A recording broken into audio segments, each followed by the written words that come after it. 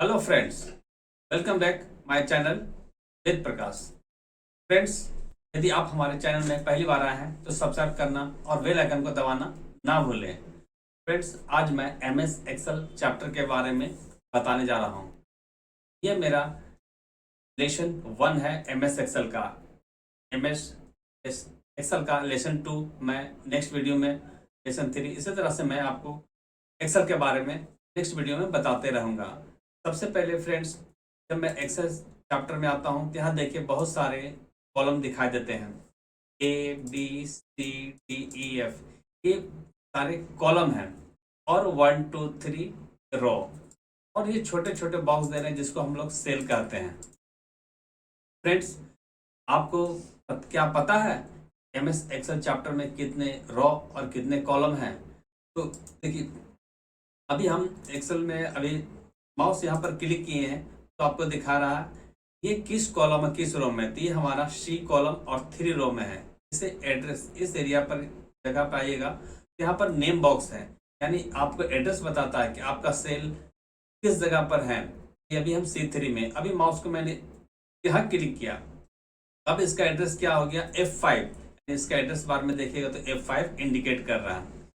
तो अब मैं सबसे पहले ये बात करता हूँ एमएस एक्सेल में कितने कॉलम होते हैं और कितने रो। ये कभी कभी आपको कंपटीशन में भी फ्रेंड्स पूछे जा सकते हैं।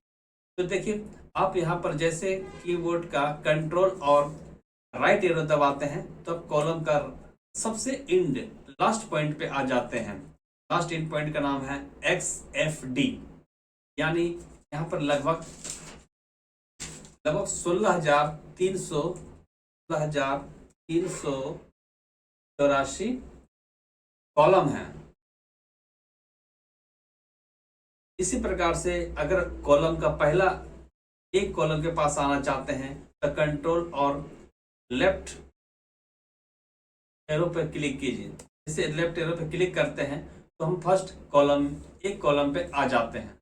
अब फ्रेंड्स, कॉलम तो हमें जानकारी मिल गई कि इसमें 16,384 कॉलम है। इससे भी बड़ी बड़ी कंपनियां, इससे भी कॉलम की ज़्यादा की आवश्यकता पड़ती है, कम भी पड़ जाते हैं।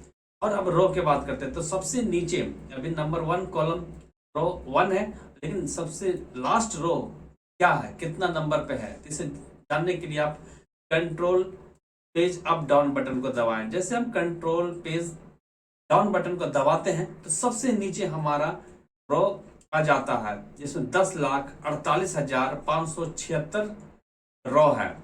अब ऊपर की ओर फर्स्ट ऊपर 1 रो में आना है तो फिर से शॉर्टकट की कंट्रोल और पेज अप बटन को दबाइए। जैसे पेज अप बटन को दबाते हैं तो हम फर्स्ट रो में आ जाते हैं। तो फ्रेंड्स, अब आपको पूरा पता चल गया है कि एमएस एक्सेल में कितने कॉलम होते हैं और कितने रो होते हैं। मैं यहाँ पर थोड़ा सा लिख के देता हूँ कॉलम के बारे में।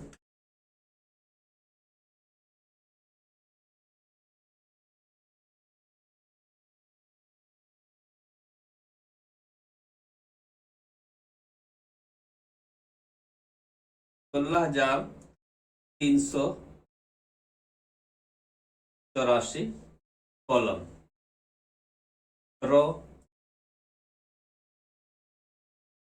10,48,576 कॉलम हो गया, ये रो हो गया। तो फ्रेंड्स, अब आपको पता चल गया है कॉलम कितने हुए, 16,384, और रो 10,48,576। अब फ्रेंड्स, इसे आप मिटाना चाहते हैं तो माउस को दबा करके खींचिए, जितना दूर तक आप सिलेक्ट करना चाहें सिलेक्ट कर सकते हैं, उसको डिलीट बटन को दबा दें। इससे ये एरो सारा एक्सेल में मिट जाता है। अब फ्रेंड्स, इसमें आप कुछ जैसे कॉलम 1 कुछ हम टेबल का आज बताते हैं, क्योंकि कोई चीज़ भी टेबल इसमें लिखना हो तो कैसे लिखेगा आप। जैसे 2 का टेबल लिखना चाहते हैं, 2 लिखिए, फिर नीचे एरो में आइए टू 4। अब 2 और 4 दोनों को सिलेक्ट कीजिए। दोनों को सिलेक्ट करने के बाद इसके कॉर्नर में जाइए और माउस दबाकर खींचिए। ये देखिए आसानी से आपको टेबल लिखा गया है। इसके बाद आप और भी एक टेबल का ट्राई कर सकते हैं, जैसे 3 लिखना, 3 नीचे में 6 कम से कम 2 स्टेप लिखना होगा। उसके बाद माउस दबा के दोनों को सिलेक्ट करें और इसके कॉर्नर में जाएं और माउस दबा के खींच दें नीचे की ओर। इससे देखिए आसानी से आपका टेबल लिखा जा रहा है। ये ज़्यादा मैंने रख कर दिया था, उसे मैंने डिलीट कर दिया। अब इसे मिटाना, फिर से माउस दबा करके सिलेक्ट करते हैं और डिलीट दबा देते हैं। फ्रेंड्स, इसमें हम किसी चीज़ का डाटा एंट्री भी बहुत आसानी से करते हैं। बहुत लोग के सवाल आता है कि इसमें एक्सेल में डाटा एंट्री का काम कैसे किया जाता है। तो कुछ भी डाटा एंट्री मतलब किसी चीज़ की डिटेल्स के बारे में लिखना। जैसे मैं यहाँ पर अब जैसे आपको यहाँ पर सबसे पहले न्यूमरिक वर्ड के बारे में बताता हूँ। इसमें आप जोड़, घटाव, गुना, भाग का काम एक्सेल चैप्टर में आसानी से कैसे कर सकते हैं। तो किसी भी आप सेल में क्लिक कीजिए। इस सेल में आपका एड्रेस बता रहा है कि अभी हम कहाँ हैं, तो D3 में।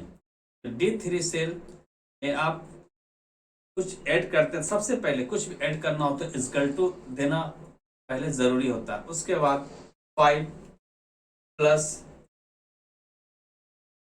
5, उसके बाद इंटर बटन पे क्लिक करें। जैसे हम इंटर बटन पे क्लिक करते हैं उसका रिजल्ट इक्वल टू 10 आ जाता है। अब घटाव करना हो, सब्सट्रैक्ट करना हो तो उसके लिए सबसे पहले फिर से इक्वल टू देंगे और 10 माइनस के लिए माइनस बटन दबाइए और 5 और इंटर बटन को दबा दिए। ये देखिए आपका सब्ट्रैक्ट हो गया।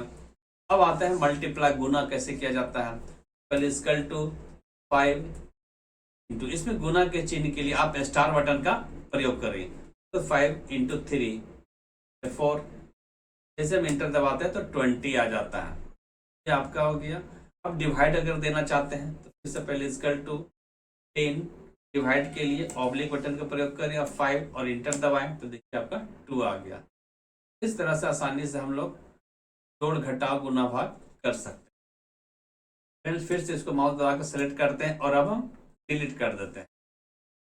अब देखिए, तो फ्रेंड्स, अब इसमें डाटा एंट्री का काम एक्सेल में बहुत आसानी से होता है। कुछ भी हम लोग डाटा एंट्री काम करते हैं, चाहे ब्लॉक में हो, चाहे सरकारी या प्राइवेट कंपनी में हो, कहीं भी डाटा एंट्री का काम एक्सेल में बहुत ही आसानी तरीके से कर सकते हैं।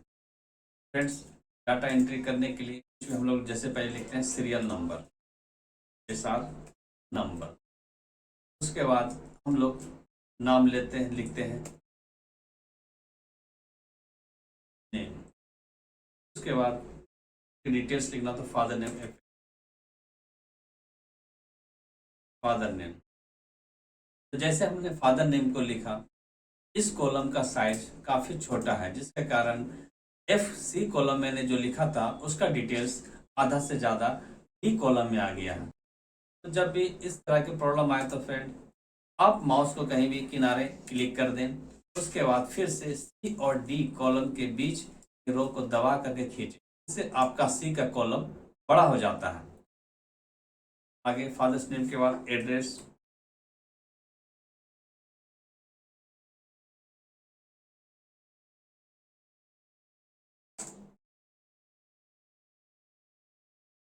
कॉलम को बड़ा करने के लिए E और F के बीच के हम लोग रख करके उसे कॉलम को बड़ा कर देते हैं।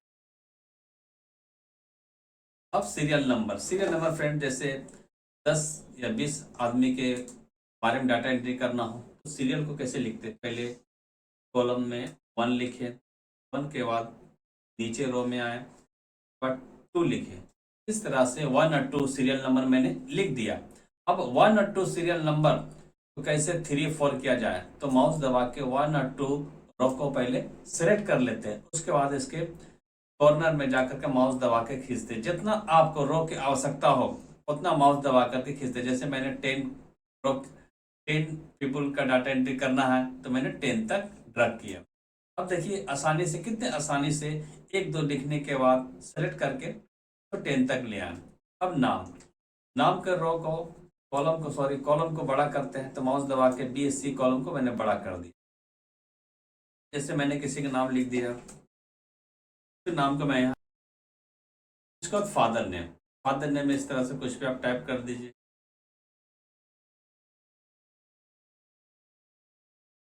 अब एड्रेस में एड्रेस में जब किसी के मैं एड्रेस लिखता हूँ, जैसे कहीं एक एड्रेस लिखता हूँ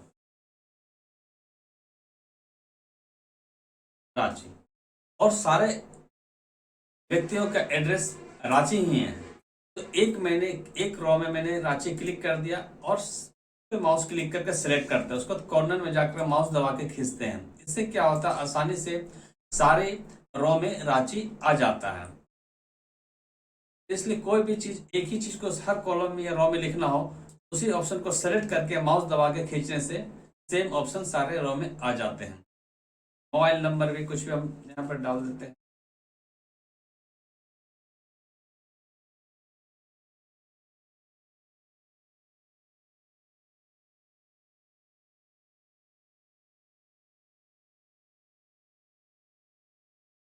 फ्रेंड्स देखिए, जैसे मैंने यहाँ मोबाइल नंबर लिखा तो इस तरह का कुछ रॉन्ग इंफॉर्मेशन आ जाता है। मैंने तो मोबाइल नंबर लिखा, लेकिन मोबाइल नंबर लिखते ही यहाँ पर +11 का कुछ ऑप्शन आ जाता है। इस तरह का प्रॉब्लम आपको भी एक्सेल में काम करते हुए आता होगा। इस प्रॉब्लम को ठीक करने के लिए फ्रेंड्स, क्योंकि सारे व्यक्तियों को मोबाइल नंबर लिखना है, तो मैं एक माउस को ई कॉलम, ये सारा ऑप्शन किस कॉलम है, ई कॉलम है, ई कॉलम में माउस का राइट बटन दबाते हैं और फॉर्मेट सेल में चले आते हैं। जैसे फॉर्मेट सेल में आते हैं, एक फॉर्मेट सेल का ऑप्शन खुलता है। उस ऑप्शन में बहुत सारे ऑप्शन रहते हैं, तो मुझे नंबर लिखने में यहाँ पर दिक्कत हो रही थी, तो मैं नंबर पे यहाँ पर माउस क्लिक कर देता हूँ। जैसे मैंने नंबर पे यहाँ क्लिक किया तो यहाँ डेसिमल प्लेस में 2 लिखा हुआ है, इसको मैंने 0 कर दिया। अब यहाँ ओके करते हैं। ऐसा करते ही हमारा मोबाइल नंबर करेक्ट हो जाता है। तो फ्रेंड्स, इस तरह का जब भी आपके मोबाइल नंबर लिखने में या आधार नंबर लिखने में दिक्कत हो, तो आप उस ऑप्शन में जा करके या तो एक ही रो में जा कर सकते हैं, या सारे रो कॉलम में करना हो तो आप उसका हेडिंग पॉइंट कॉलम ई पे क्लिक करके फॉर्मेट सेल में जाइए और नंबर में क्लिक कीजिए और डेसिमल प्लेस को 0 कर दीजिए। नीचे एरो पे क्लिक करते ही आपका डेसिमल प्लेस 0 हो जाता है। अब ओके कर, इस तरह से आपको मोबाइल नंबर या किसी का आधार नंबर लिखने में दिक्कत आएगी, जिससे आप ठीक कर सकते हैं। अब फ्रेंड्स, अब इसे लिख लिए हैं, तब ये सारे लिखे हुए ऑप्शन को किस तरह से हम लोग उसको बॉर्डर देते हैं। तो माउस दबा करके मैंने सीरियल नंबर से माउस दबा के खींच कर करके जितना सारे रो कॉलम था मैंने सिलेक्ट किया जिसमें मैंने एंट्री किया था। अब सिलेक्ट हिस्सा में माउस को ला करके राइट बटन दबाते हैं और फॉर्मेट सेल में चले जाते हैं। फॉर्मेट सेल में चले जाने के बाद मैं तो यहाँ पर बॉर्डर बनाना है, तो ऊपर देखिएगा अलाइनमेंट है, फॉन्ट है, बॉर्डर है, फिल है, प्रोटेक्शन। तो मैं बॉर्डर में आता हूँ। बॉर्डर में 2 ऑप्शन है, आउटलाइन एंड इनसाइड लाइन। इस दोनों ऑप्शन पे माउस क्लिक कर दीजिए। नीचे यहाँ पर आपको सैंपल में भी दिखा रहा है कि आपका आउटलाइन एरो और इनसाइड रो आ गया है। अब ओके में माउस क्लिक करते हैं। जैसे यहाँ ओके माउस क्लिक किए तो देखिए आपका जितने टेबल और रो को मैंने सेलेक्ट किया था उसमें बॉर्डर आ जाता है। अब माउस को बाहर क्लिक करते हैं जिससे सेलेक्ट ऑप्शन हट जाता है और अब क्लियर ऑप्शन दिखाई दे रहा है कि लिखे हुए स्थान में बॉर्डर आ चुका है। फ्रेंड्स, अब देखिए ऊपर हेडिंग को जैसे हम सेलेक्ट करते हैं और इसे बी में क्लिक करते हैं तो बोल्ड हो जाता है, आई में क्लिक करते हैं तो इटैलिक हो जाता है और यू में क्लिक करते हैं तो अंडरलाइन आ जाता है। अब ये थोड़ा सा देखने में अच्छा लग रहा है। अब इसमें कुछ लाइन अगर ऊपर 1 के बाद एक एक्स्ट्रा रो बढ़ाना चाहते हैं, हमें कुछ लिखना हो, किसी लेबर डिटेल्स या कुछ भी इंफॉर्मेशन लिखना हो, तो 1 रो पर क्लिक करके माउस इंसर्ट करता है। ऐसा करने से आपको ऊपर के और नीचे रो आ जाता है। फ्रेंड्स, ऊपर में कुछ लिखना है तो, लेकिन यहाँ पर आपको 4-5 कॉलम है, तो सभी कॉलम को सेलेक्ट कर लिया मैंने और यहाँ पर मर्ज सेंटर, जैसे हम मर्ज पे क्लिक करते हैं तो चारों कॉलम सिलेक्ट होकर के एक कॉलम बन जाता है। अब इस पे हम आसानी से फ्लेवर चार्ट लिख दिए। अब ये आपका, अब इसे बड़ा साइज करना चाहते हैं तो यहाँ पर ऑप्शन है इंक्रीज फॉन्ट ए। जैसे आप बड़े ए इंक्रीज फॉन्ट पे क्लिक करते हैं तो उसका साइज बड़ा हो जाता है। और नीचे है उसके बगल में डिक्रीज फॉन्ट। डिक्रीज फॉन्ट का काम क्या होता है, जो मैंने शब्द लिखा उसके आकार को छोटा कर देता है। उसके बगल में ऑप्शन है आपका फॉन्ट साइज, या तो हम डायरेक्ट सेलेक्ट करके 20 2022 सेलेक्ट करके इसके साइज को बड़ा कर सकते हैं, या तो हम लोग डिक्रीज या इंक्रीज से हम लोग साइज छोटा बड़ा कर सकते हैं। अब सिलेक्ट करने के बाद यहाँ आप चाहते हैं कि ऊपर चार्ट को उसको कलरफुल किया जाए। यहाँ पर दो ऑप्शन है फ्रेंड्स, एक है फिल कलर और दूसरा है फॉन्ट कलर। तो अगर आप लिखे हुए शब्द को कलरफुल करना चाहते हैं तो फॉन्ट कलर में जाएं और रेड कलर पे मैंने टिक कर दी। इससे देखिए आपका फ्लेवर चार्ट लिखा हुआ ऑप्शन रेड हो जाता है। अब अगर इसके बैकग्राउंड में अगर कलर करना चाहते हैं, बगल में फिल ऑप्शन दिया हुआ है, यहाँ पर आप जैसे आप थीम कलर को चुनते हैं तो उसका बैकग्राउंड कलर भी चेंज हो जाता है। अब थोड़ा सा ये चार्ट देखने में और भी खूबसूरत लग रहा है फ्रेंड्स। अब ये ऑप्शन यहाँ पर कट है, अगर हम किसी चीज को सिलेक्ट करते हैं, कट करते हैं तो मिट जाता है, और कॉपी करते हैं पेस्ट करते हैं तो वही चीज आपको आ जाएगा फ्रेंड्स। अब चार्ट में फादर नेम किसी का हम लोग लिख देते हैं।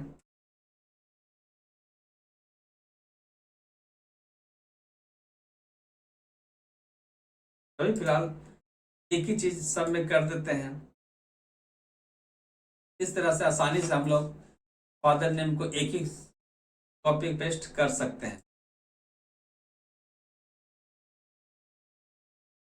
अब सेलेक्ट करने का फिर से मैं आपको बता, फिर से सेलेक्ट करके अगर सारी चीज को बोल्ड करना चाहते हैं तो बोल्ड कर दीजिए, इटैलिक तो इटैलिक कर दीजिए। किसी चीज को और भी कलरफुल करना चाहिए, यहाँ ऑप्शन को सेलेक्ट करते हैं और कलर कर देते हैं।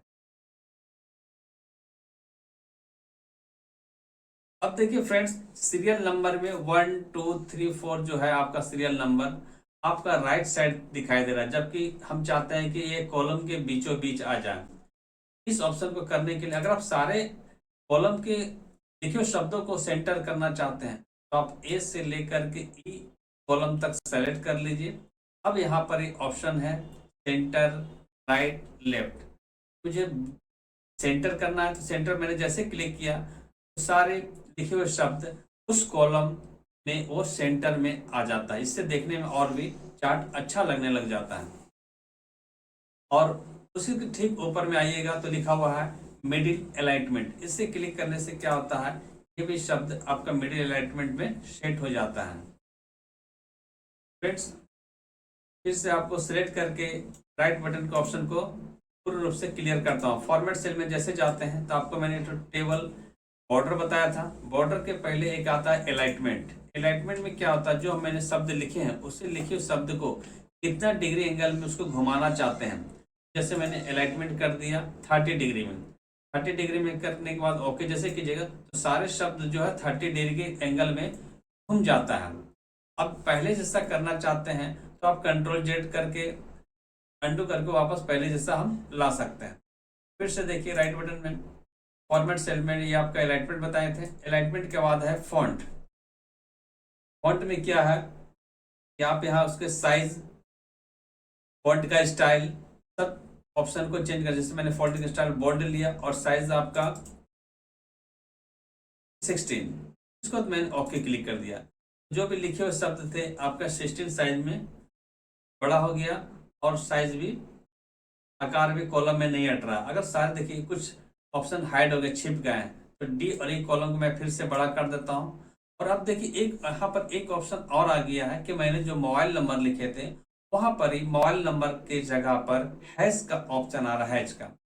तो फ्रेंड्स इस तरह का जब भी प्रॉब्लम आए तो इसमें आपको सोचने की जरूरत नहीं है। ये क्या होता है कि जब हम कुछ भी न्यूमेरिक वर्ड लिखते हैं, न्यूमेरिक वर्ड जब हम लिखते हैं तो उसका कॉलम का साइज छोटा पड़ जाता है लिखे शब्द के अनुसार, तो वो हैच के रूप में दिखाई देता है। तो इस तरह का जब भी प्रॉब्लम आए तो आप इसके कॉलम के साइज को बड़ा कर दें। इसके लिए जैसे ये ई कॉलम में लिखा हुआ तो ई और एफ के बीच के कॉलम को दबा करके बड़ा कर देते हैं। इससे क्या हो गया, जो हैच था वो आपका रियल न्यूमेरिक वर्ड में आ जाता है। फिर से फ्रेंड्स राइट बटन के ऑप्शन को, सारे ऑप्शन को क्लियर करते हैं फॉर्मेट सेल का। अब इसमें फॉन्ट्स भी हो गया, बॉर्डर भी हो गया। अब फिल में क्या होता है कि जो मैंने कॉलम बनाए थे उसमें कलर डालना चाहते हैं, कोई भी कलर लेके ओके कर दीजिए। देखिए सारे लिखे शब्दों के बैकग्राउंड में कलर आसमानी हो गया। अब फ्रेंड्स जो मैंने बॉर्डर दिए थे वो बॉर्डर थोड़ा सा देखने में पतला लग रहा है। अगर चाहते हैं कि उस बॉर्डर का साइज और भी बड़ा रूप में, मोटा रूप में दिखाया जाए तो फिर से जितने लिखे हुए शब्द को फिर से सेलेक्ट कीजिए, फिर से राइट बटन में जाइए, फॉर्मेट सेल में जाइए और बॉर्डर में आइए। बॉर्डर में आने के बाद आउटलाइन इनसाइड लाइन लेने के बाद अब देखिए इसका साइज, यहाँ से कलर भी ले सकते हैं आप, किनारे किनारे यहाँ कलर ले लीजिए। के बाद फिर से आउटलाइन, यहाँ पर आपका बॉर्डर स्टाइल में जाइए, मोटा बॉर्डर लेना है तो मोटर पर क्लिक कीजिए, फिर से आउटलाइन और इनसाइड पे क्लिक कीजिए।